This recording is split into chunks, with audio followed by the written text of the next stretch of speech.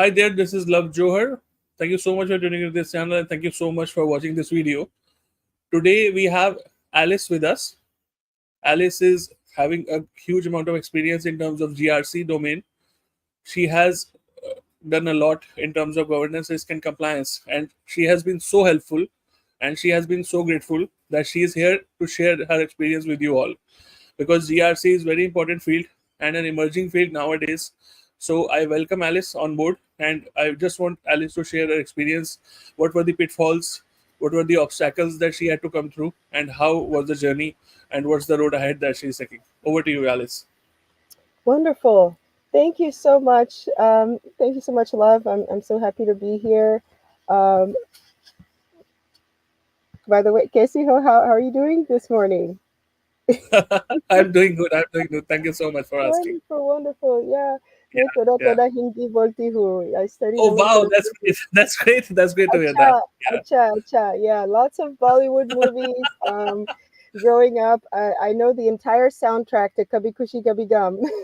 Wow, wow, wow. That's And that's that's yeah, that's some huge. older movies like Lagan. I like Cricket and all of Wow.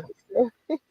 That's huge. That's huge. Yeah, Thank you so yeah. much, Alice. Yeah. So yeah, I've just had a very rich background, and I'm so glad to be here again.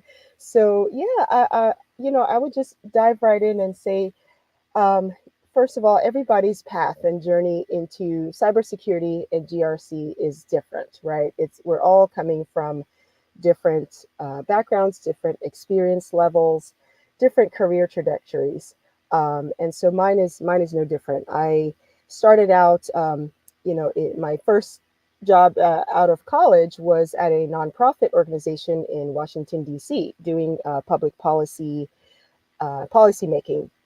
Because my undergraduate degree was in political science, so I think I thought I wanted to go into politics or business. I knew that I wanted to do either of those two, but quickly decided, well, maybe politics isn't what I want to do. But then went on to get my master's degree from the University of Houston, Victoria, in economic development and entrepreneurship. So I decided to pursue the entrepreneurial and business track. And so that's what I was doing for almost 10 years. Basically, my company was one of the third party merchants on Amazon prior to e commerce just blowing up and exploding, right? So I gained a lot of experience from that journey and that field. But then, as I'm a continuous learner and I'm always looking for challenges. And a family friend actually kept telling me about, oh, you should do cybersecurity. And it had never crossed my radar before. It had never come to my attention. I just thought that you had to have, super technical skills and, know how to do a whole lot of networking. And I thought that it sounded completely different from anything that I've done before in my background. So I think it took a lot of convincing before finally I gave it some attention and said, okay, things have slowed down post COVID, and let me see what this is all about, right? This new career path. And so that's kind of how I started getting into this field first and foremost. And please stop me to ask any questions if you'd like. I don't mind at all. Um, Of course, Alice. yeah. And now, since I know that you speak Hindi very well, I'll definitely ask you questions. Oh dear, don't quiz me on the Hindi. No, no, I'm I just may kidding. I'm just kidding. Thank you. Um, no, but and I quickly realized that there's no one golden formula. Of course, whatever may have been successful 2 years ago or a year ago has changed. It may not be successful for you now because the market is constantly changing, right? But the good thing is this is a field where cybersecurity professionals make up a diverse spectrum, and they come from different perspectives and backgrounds, and so there is something for everyone in this field. And so I found that very quickly. So I just want to go into some relevant, some actionable tips, right, for people that are new coming in, even if you have a background in a different field and you're trying to transition. First and foremost, you want to identify what your passion is. and determine where you might fit in cybersecurity, because there are so many different paths. There's SOC analyst, there's compliance analyst, there's internal audits. Um, there's so many different titles and positions and roles and areas that you can help, right? But the most important is to leverage the skills that you have as you're developing relevant skills for this industry. I think it's very important to leverage your past experience, because everyone has transferable skills, right, from almost any industry. And so I personally demonstrate this, on my resume and in my profile. I, show the relevant skills that I had from e-commerce, being able to communicate, being able to market. Everyone is a marketer or a salesperson in some way, even though people tend to stay away from, salesy kind of language. But you're constantly having to make the case for yourself, and so whatever field and background you come from, you definitely have transferable skills that you can use in cybersecurity and GRC. And also, when you come into this field, you really have to embrace lifelong learning, because it is going to challenge you. You're going to sometimes feel like there's so much to learn. I don't know where to start. You're going to feel the classic imposter syndrome. Even though you've learned a lot and maybe you've gotten some certifications, you still don't feel qualified or adequate.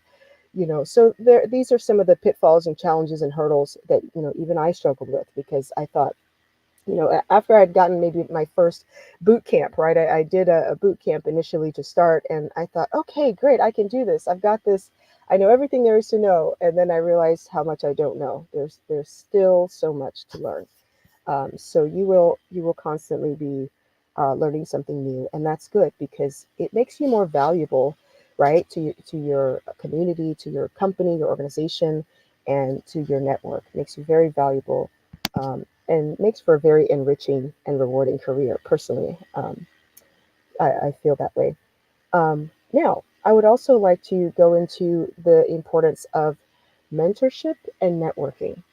uh, as I mentioned, that it was a family friend and mentor that first was convincing me to get into this field. And so once I got in, I definitely realized I needed someone who has been on this journey longer than I have. I mean, a mentor doesn't necessarily have to be someone that has decades and decades of experience, although that's very helpful. But if even if they're just a few years ahead of you, right, a few steps ahead, and they can impart something to you and share something. It could be even be a peer that has access to some resources that you may not. That is helpful. So we have to, in this field, find mentors, and we can do that uh, in a structured way or in an informal way. Sometimes people are kind of scared to have that title of mentor, because it comes with maybe some responsibility that they're not ready for.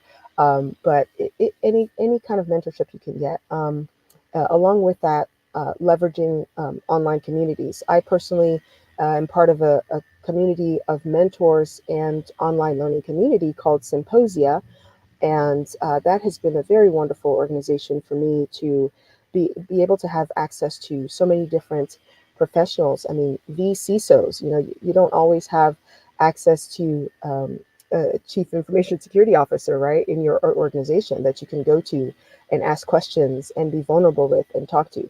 But in Symposia, we do have that opportunity to get feedback, to get interview strategies and tips. And so that has been invaluable, particularly for that community. And also, Pairspace is a great mentorship platform that I've also benefited from. And they're really growing and trying to connect people specifically in this field, right? In technology, cybersecurity, um, GRC, all of it, trying to pair them with, again, seasoned mentors that can help you on your journey. I would also mention the value of joining professional organizations like ESACA and ISC2. I am part of the ISC2 community and soon to be in the ESACA community as well.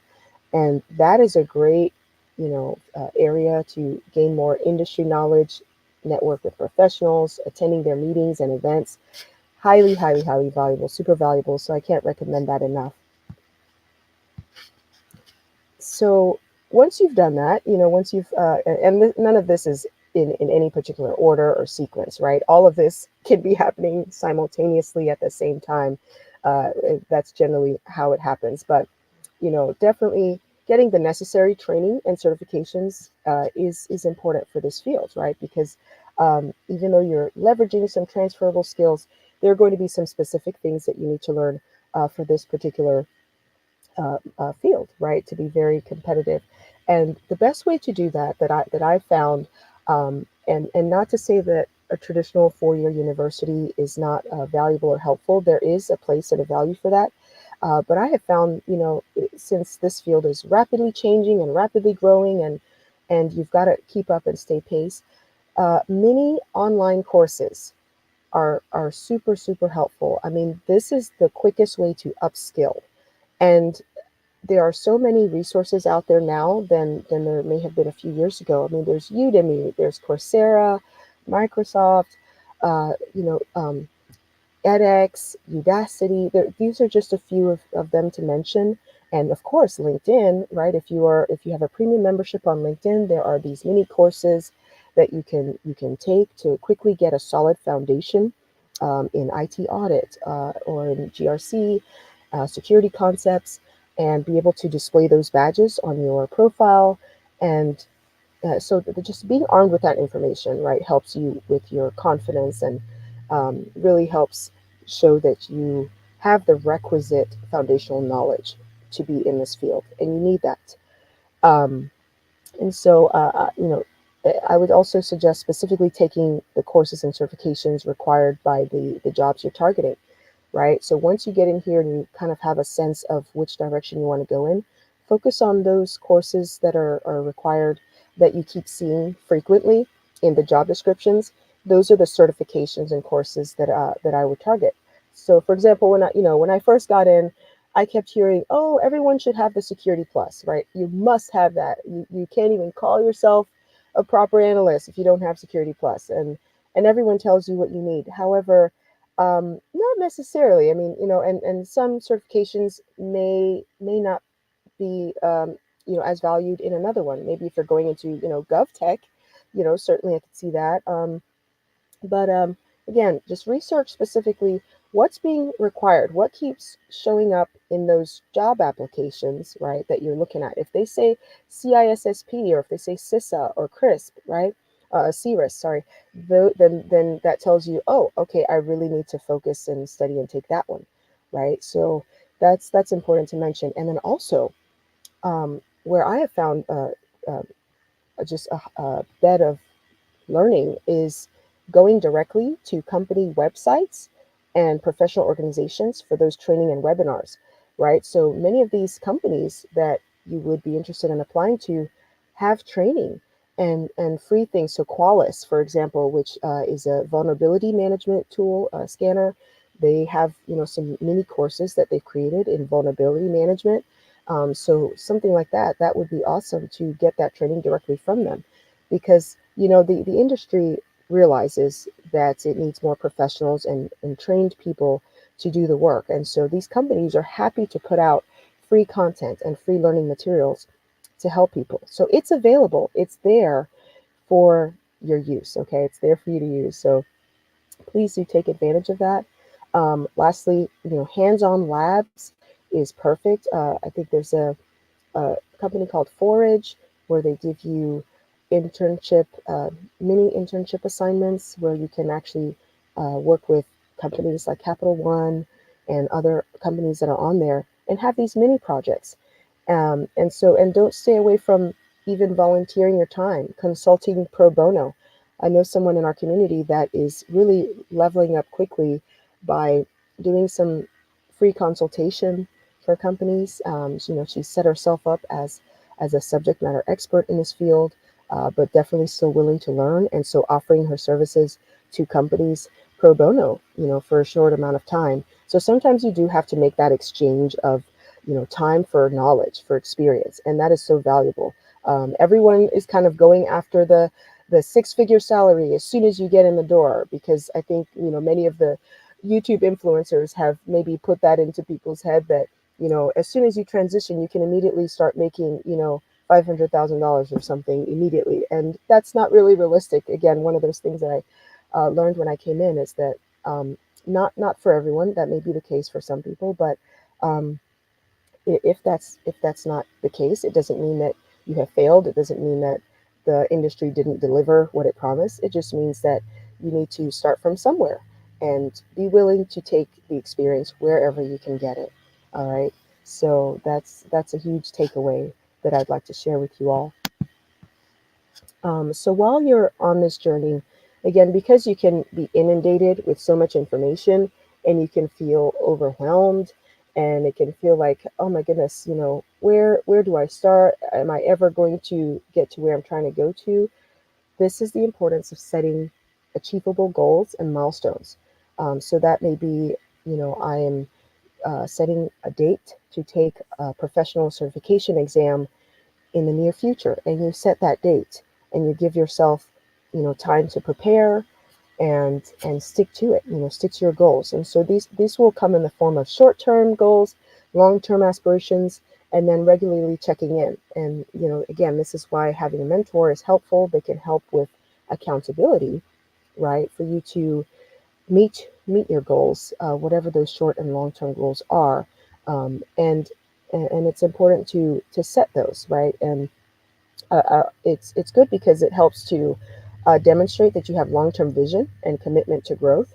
Um, you could make a roadmap, a checklist, a mind map, whatever form that you need to make those goals, but definitely write it down.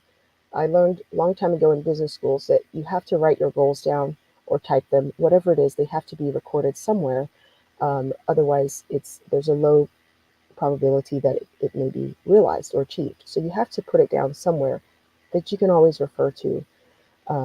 And sometimes companies will ask you in an interview, so what are your goals? What are your long-term goals? Where do you want to get to?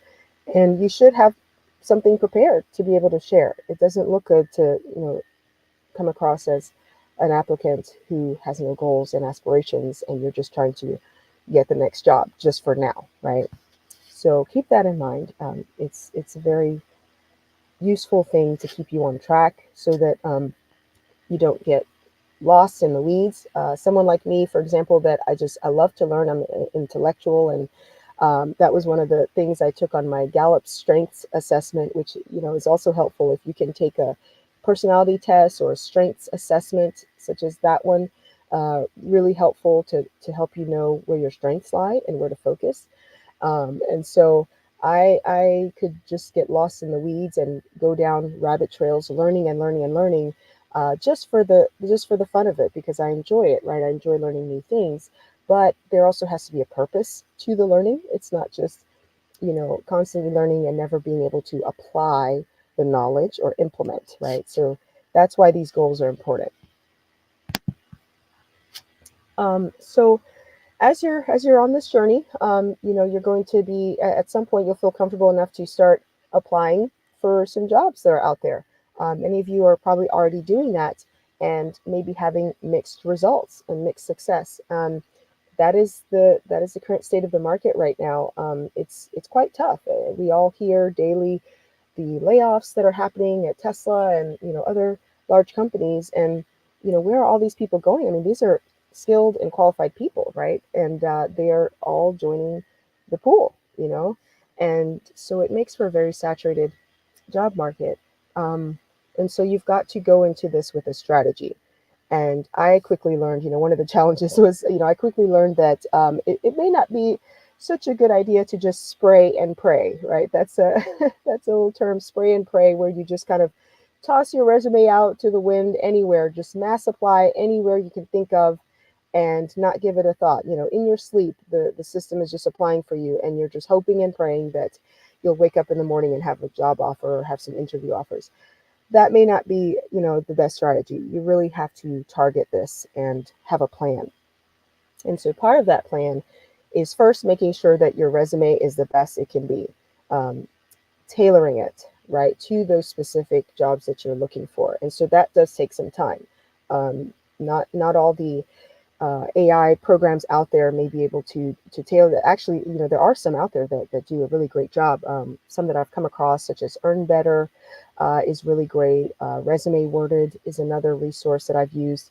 So if you put in the right prompts for the title and the description of a particular role, it will help to definitely upgrade your resume based on the relevant skills and certs and experiences that are mentioned in that job description. So do utilize that.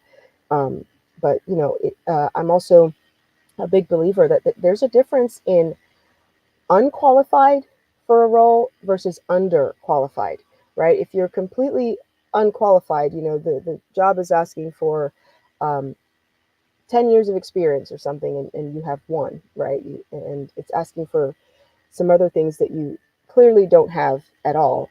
That's pretty obvious. But underqualified is more like, okay, you can at least you can read through the description.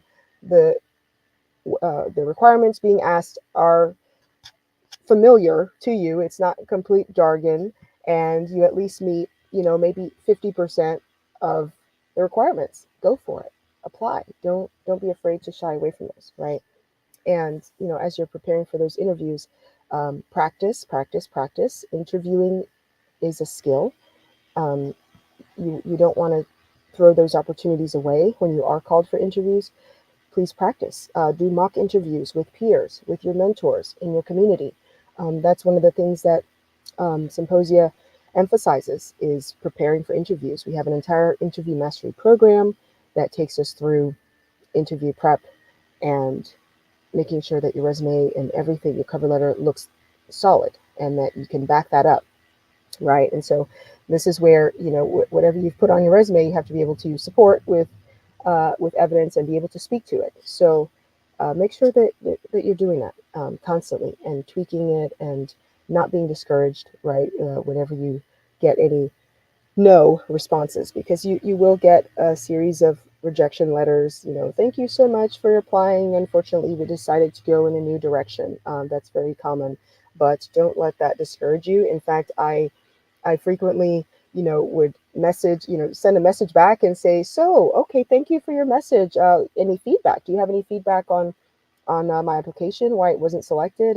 And they'll be, sometimes they're happy to send the response back, and sometimes it'll just say, well, we weren't hiring in your area, and it maybe had nothing to do with your skills or anything like that. It was just, oh, we're not hiring in this particular area or something else. But they'll be happy to give you feedback. Even with interviews, I always ask for feedback.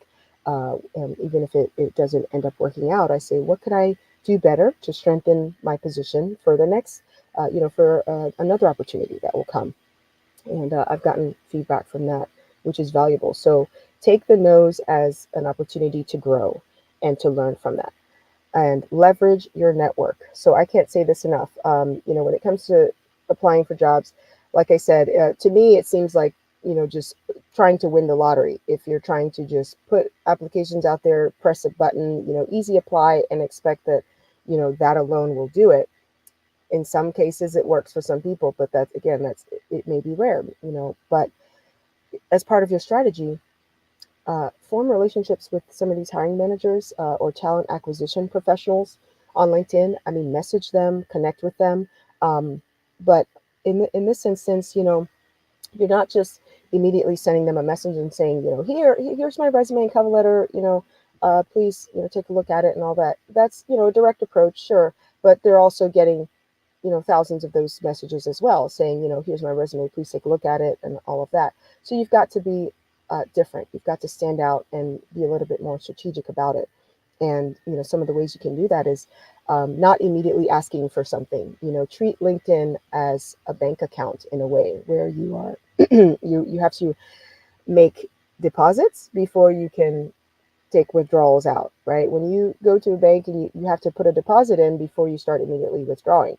So same thing with LinkedIn. You have to bring value or give value to people, even if it's just making a comment on their posts and their content, following them for a while and engaging and all of that before, saying, hey, before reaching out to one of those recruiters and saying, by the way, I did send in my application for one of these roles, and based on what you've seen, would you be comfortable recommending me or referring me for this position, right? So that could be one of those asks that you can make after you've had a chance to interact with someone, right, for a little bit.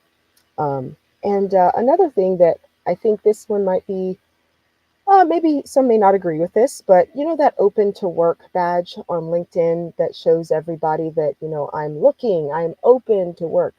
Um, I read some information that may not always produce the desired results. And in fact, these are from people, top execs at companies, hiring managers and talent acquisition professionals who were saying this in this study that was done. That sometimes it to them it appears as you're desperate or needing something. So immediately when they're interacting with you, they kind of feel as if you're only interacting with them because you need a job, right? You're open to work and it's publicly there for everybody to see. And so I personally removed it from my profile as soon as I read that study. I said, okay, I'm just going to remove it if it's going to be counterproductive, and see how that goes, and just be able to interact with people organically, and naturally. You know, um, one of the positions that I have right now in tech sales of a GRC tool. Interestingly, this came about because I was just connecting with people on LinkedIn, and as I love to do, I'm probably getting ahead of myself because I'll talk more about this in the next slide about attending some of these conferences and demos and webinars and white papers and things like that. But this was how that came about. Just networking through LinkedIn, and that led to an introduction and a meeting, and that's how that went. So I found success in that versus just kind of putting it out there and hoping to be called back from the hundreds that have applied. Again, I talked about demonstrating continuous learning, and you do that by, again, having those badges on your profile to show that you are learning, you're getting all these certifications. You do that in the interview by sharing your goals and where you're headed. And so this is all very helpful to show that you are not somebody that's just here for, a one and done job, and you're not just comfortable with and content with where you are, but you're always looking to develop yourself. Okay. Um, Again, as I talked about continuous learning and staying ahead of the curve, that is essential in this field. It's not optional; it's essential. And even many organizations, professional organizations, many fields and industries require you to do this, right, in the form of continuing education. And so they require you to keep your certifications up to date. So this is no different. So many of you are probably already used to that. So you're aware of that. And so we do that by reading industry publications, subscribing to newsletters and content that's put out by thought leaders in this field, and even establishing yourself as a thought leader on LinkedIn and on other platforms on YouTube. I mean, this is what Love is doing here. He's being a thought leader, a subject matter expert, and he's bringing you all along with him for the ride, for the journey, to keep you aware. I have benefited from your content, Love. I mean, it's been fantastic and fabulous, to keeping me on my toes, no matter what level you're in, whether you're just starting out, whether you've been in it for a while. This is critical. And so what you can do, because you may have a company email account, you go to some of these websites, right, by peers in your niche or in your industry, and they've put out these free white papers and reports and studies, and all you need is a company email address to be able to access that. And they'll continue to send you more information afterwards, and you can choose to read or not, and some of them are promotional materials. But I mean, if I just have to subscribe to someone's blog in order to get access to some information, right, to keep up with what's happening, best practices, I mean, that's something that's highly valuable, that I'm willing to do. And also attending these webinars and conferences, whether they're virtually or in person. Audit Board is a big one that puts out lots of valuable content. There's so many to name, that it's really great. Gardner is another one. And this, again, establishes you as a thought leader, because what you have to remember is even before you enter this field or as you're at the beginning, you have to have the mindset that I am already a professional, right? I've seen some LinkedIn profiles that'll say aspiring GRC analyst, or, soon to be an aspiring, to that, I would say, take that off. You're not aspiring, you are. See yourself that you already are there, right? You already are an analyst. You are thinking like an analyst. If you are in training and getting hands-on training and doing those labs, you are doing the real world work that you will be doing in this field, right? For years to come. So you already are. Once you immediately get into this, position yourself, as a thought leader. I mean, certainly don't um, stretch it and over represent, right, your experiences or anything like that, but just have that in mind that you already are. And so attending these webinars and conferences, when you go, you're not a newbie. You might say, I'm early in my career in this field and I'm still learning and exploring. That's fine. That's totally fine. But you get to be in the room where the experts are, those who have had decades of experience. Whatever you have to do to put yourself, in that room with experts and knowledge providers who have been doing this for a long time, you get yourself there, right? And experiment with new technologies. It's no surprise that AI is everywhere, and don't ignore that. I think you ignore that at your own peril, really, because um, it's not necessarily the AI that's going to replace people in their work, but it's people who know how to use AI and these new tools and technology, machine learning, right? Those are the ones who are going to have the competitive edge. We can already see its application in this field in many areas. So being able to do that and to show that you are at the front edge, again, it demonstrates you're continuously learning, that you're even taking courses to do this, um, is very, very, very helpful and important to do. And so you have to make time to do that. This is just something that you have to make time to do, and so carve that into your schedule, that part of your goals every week. I want to do at least one or two or three webinars or courses or something to continuously upskill. And then of course pursuing additional certifications. Um, that's also a big plus to do that. For some people, you might have one or two, and that's great. You're fine with where you are. You have so much experience in the work that you're doing, and sometimes your company will even sponsor you to do their certifications. They have the professional development funds that are available to you. So definitely use that, take advantage of that. But keep going, strive for more, strive for higher, never get comfortable with where you are. Continue to grow and continue to get those additional certifications. Okay. um, and then, so again, finally, just embrace the cybersecurity and GRC niche for everything it brings, the challenges, the ups, the downs, the frustrations.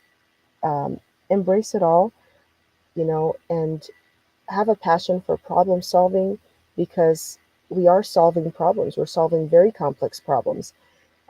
We're trying to keep our networks and our organizations and our nation safe. So you have a critical role to play in this space, right? And as part of the keeping that passion going, I recommend this book by Simon Sinek, which is Start with Why. Many of you may have heard that. I recently started reading it because I kept hearing about it. It was positioned in front of me in many different ways. And I come to find out a friend had already given me that book, and it was part of a box of books. So I said, okay, this is a sign I better start reading this. And wow, did it just really um, confirm everything that I should be doing. Basically, the premise of it is to always remember and always keep at the front of your mind why you decided to pursue this career, why you're in it, right? So the why, it represents the purpose or the cause or belief that drives and informs your actions, why you're in this field. So that's going to drive you to pursue what you're pursuing when you remember, this is why I'm doing this, whether it's I really want to help companies be protected.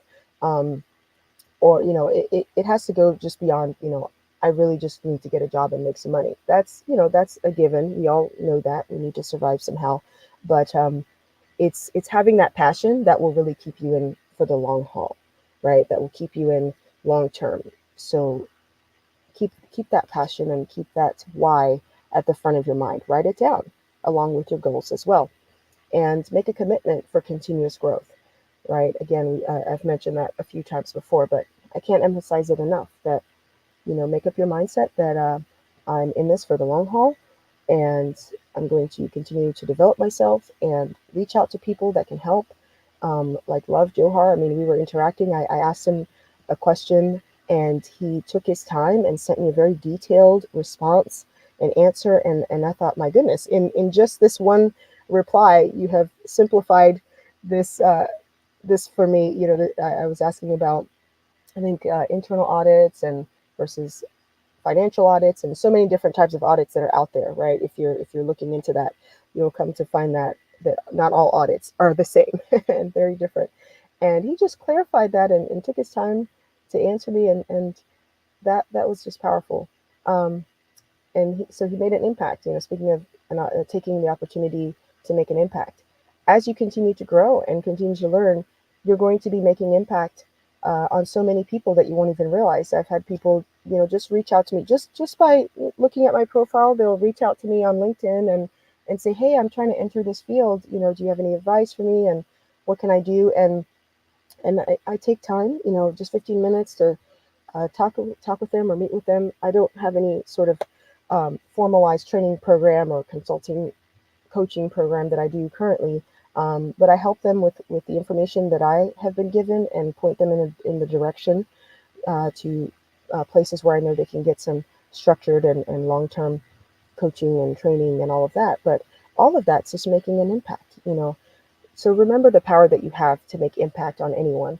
Having a YouTube channel and putting your thoughts out there, your content is making an impact.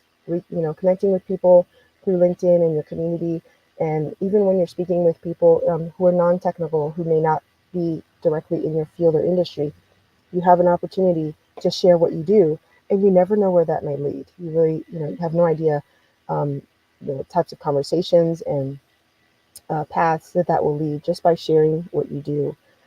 So these are just some of the tips and advice from my experience and what I've learned being in this field. You know, Still early in my journey, but learned a lot so much. So we welcome your questions, and please share your experiences in the comments. We love to hear what others' experiences have been. This helps us to learn. We all learn from each other in this way. I definitely read the comment section of videos because it has led me to other links and other things that I didn't know about. So please share, and please ask questions too. Thank you so much. I definitely appreciate your attention, and again, so happy to be here and share my journey. Over to Uh, you. th- yeah, thank you so much, Alice. It was like drinking from a fire hose. It was a lot of information, and I must say that I have also learned a lot of new things. I'll be honest with you. Like the experiences that you have shared, the examples that you have given for AI, for GRC, the standards that you have set in this one video are enough for anybody to crack up the journey and be at the next level. I'll be honest. Very very good stuff. Like I Right. haven't had any webinar like this. That I have attended so far. I'll be honest. So Wow. a lot of detailed information that you have given out there. I'm definitely sure 100% anybody who would be watching this video later on would get a lot of value. Wonderful, wonderful. I'm glad to hear that. Thank Yeah. you. Some follow-up questions I have, Alice. Shall I shoot? Sure, go ahead. Yeah. So what motivated you exactly to specialize in GRC? What was the triggers that you had? Yeah, so once I made up my mind that, okay, I'm going to give attention to this and try to see what this is about. So immediately, the mentor that I was in contact with at Symposia explained to me that within cybersecurity, there's this niche called GRC, governance, risk, and Yeah. compliance. And Yeah. if you are not maybe super technical and you want to really find a way to entry, right, with low barrier to entry, I should pursue this. And so that was great advice. So that's really what set me on this path from the beginning. And my goodness, once I got into GRC, I realized that's when I saw the wealth of transferable skills I already had, especially having been an entrepreneur and having done business. I mean, I was wearing many hats and having to make these decisions about risk mitigation in my enterprise and all of that. So I realized I was already doing this thing and I said, oh my goodness, GRC is life. It's all around us. You are always, under some form of governance, even parenting. If you're a parent, you are living GRC, right? There are risks and there are controls and things that you're always constantly mitigating. So it's everywhere. It's all around us. That's why I say like you can find transferable skills from almost everything into GRC. Maybe if you're looking at the position for a SOC analyst, you might think, oh my goodness, I don't have this that. But you'll realize if you look into governance, risk, and compliance, you can do this. If you've ever had to, comply with password policy in your workplace, you have been on the other end of those policies, those company policies that drive your actions as an employee and what you do. So you'll quickly begin to realize, okay, this is what it's all about. And it all starts with policies and frameworks and learning those concepts, right? And how administrative controls and how technical controls and physical controls help to protect the CIA, the confidentiality, availability, and integrity of organizations. So that for me was a quick barrier to entry. The light bulb just clicked and it made the most sense for me. Okay, okay. Nowadays, a lot of people, you must have heard, Alice, are mainly concerned about risk management. Risk management, talking about risk, is a very common thing when we talk about GRC. So, what are the common pitfalls that you see or misconceptions that companies and people have when it comes around risk management? Yes, that's a great question. Risk management, I think, there are different types of risks for different organizations. Enterprise risk, um, risk to the organization. But I think sometimes the tendency is to think, okay, when I come into an organization, I'm supposed to mitigate every single risk that this company has. When you do risk assessments, you're thinking, okay, I have to fix this problem, everything that needs to be fixed. But with risk management, the thing to keep in mind is that it has to be very specific to the business objectives and the business goals and the mission and the risk appetite of the organization. So it's not just, come in and try to mitigate every risk. Every risk cannot be mitigated in an organization, or solved or fixed, right? But you can focus on the moderate and high risk areas that mean the most to companies. For example, if you're given it, a third party risk assessment, and it's 500 questions long, and before this company will decide whether to work with your business or not, I don't think you need to be asking them 500, questions. I mean, really, what do you want to know? You really want to know, will this company protect our customers' sensitive data? So go straight to those questions that answer that. So a risk-based approach really has to focus on those specific risks that are priority and high for this company. So that's how I would, you know, just kind of differentiate that and quantify it. Of course, always look to quantify it because business leaders understand, money, the impact on their bottom line, and the time that it takes to remedy something, and so you have to always frame the risk in that context. Yeah, thank you so much for that, Alice. For next question, for people out there who are trying to aspire for their careers in GRC, I have seen a lot of non-technical people who have no idea on to how to jump to GRC domain. What should be a couple of key pointers for them to just start bringing their careers towards GRC and switching jobs? Because nowadays, a lot of questions that come on my YouTube channel is, I am from a non-technical background. How can I actually switch to a GRC profile? I know you have shortly addressed this in your slides by mentioning about transferable skills, but I just want you to expand on that a little bit, Alice. Yes, absolutely. So again, GRC, I would say, is is kind of a lower barrier to entry regarding having highly technical skills. And so if you can get your foot in that by first getting the foundational principles and concepts, and do that by taking some of those mini courses that are available. LinkedIn has a course called, Fundamentals of GRC, just to even start, getting familiar with the concepts and vocabulary and the lingo in this field. Just take that first step, right, in getting educated. You have to educate yourself first, because otherwise it's going to be daunting stepping into that new field. And so once you start getting, those first few courses, you'll start to build that confidence and realize, again, you'll start to see where you have those transferable skills and familiarity. The soft skills are also important, I must say.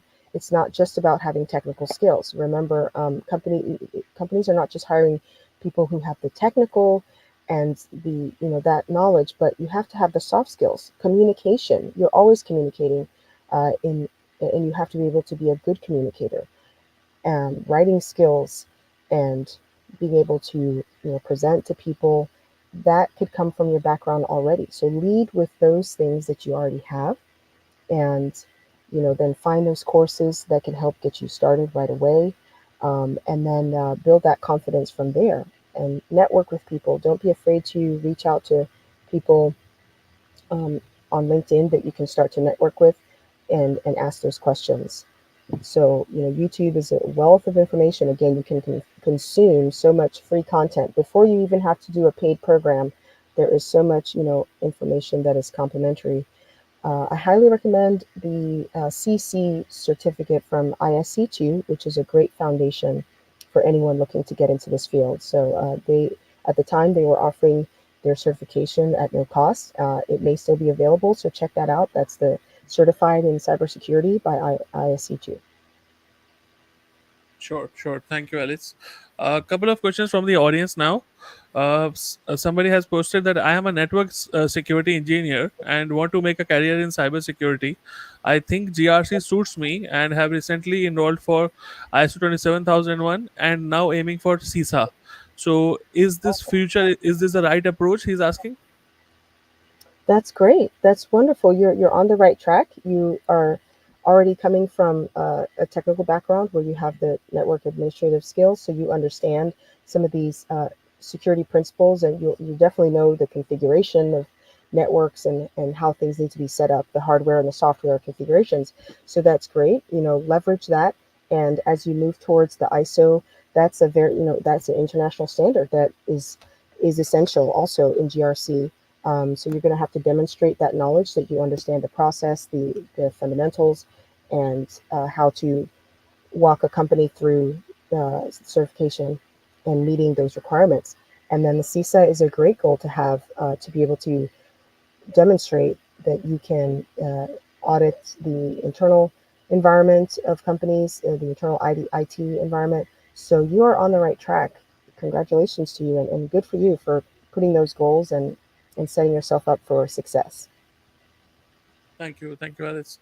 Another one is from Nitin. Nitin is asking, GRC analysts and IT auditors, are they different career paths, or IT audit is part of the GRC analyst job description? So there is difference between the two, but conceptually, and you are doing analysis. The GRC analyst is going to be really, those skills are going to help you in the internal IT audit as well. If you're talking about internal IT audit, right? The question said internal IT audit, not just internal audit in general, which could go into auditing some financial controls and other things. But so there's a distinction, but some of the skills are very similar. And so you are acting in the capacity of being able to understand the policies and frameworks that need to be in place for an organization to demonstrate compliance and those controls that need to be there. And on the audit side, you're checking to make sure that they are there, right? So as the analyst, you may actually be the one gathering the evidence and going back and forth with the stakeholders and issue owners and doing all of that. And you're doing some of the same with the audit, but more so you may not have to, if you will, remedy or remediate. You're not actually doing the risk remediation for them, but you're auditing those things and making recommendations for what needs to be in place, what controls need to be in place. So that's a good foundation to have as an analyst, and then move into auditing. Thank you, Alice. Uh, I think that's it for today. Anything else you want to add before we end this webinar? It has been a great pleasure so far. Oh, thank you so much. I forgot to mention LinkedIn has something called the SSI score, which is the Social Selling Index score.